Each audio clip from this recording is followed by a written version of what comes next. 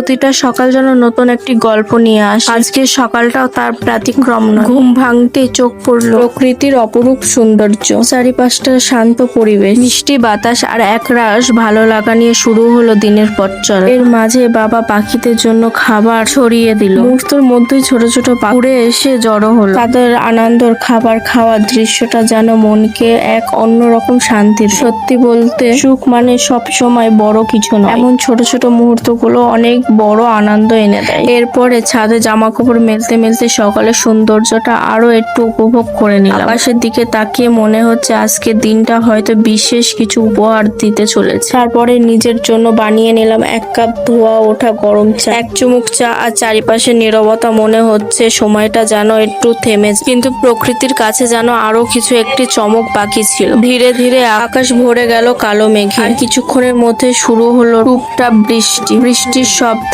ঠান্ডা বাতাস আর মাটির সেই চেনা গন্ধ সব মিলিয়ে মুহূর্তটা হয়ে উঠলো ভীষণ সুন্দর। জীবন আসলে এমন ছোট ছোট সুখ, সাধারণ কিছু মুহূর্ত আর অনেকটা ভালোবাসা নিয়ে তৈরি হয় সবচেয়ে সুন্দর স্মৃতিগুলো। আজকে সকালটাও ঠিক এমনই একটি স্মৃতি হয়ে রইলো।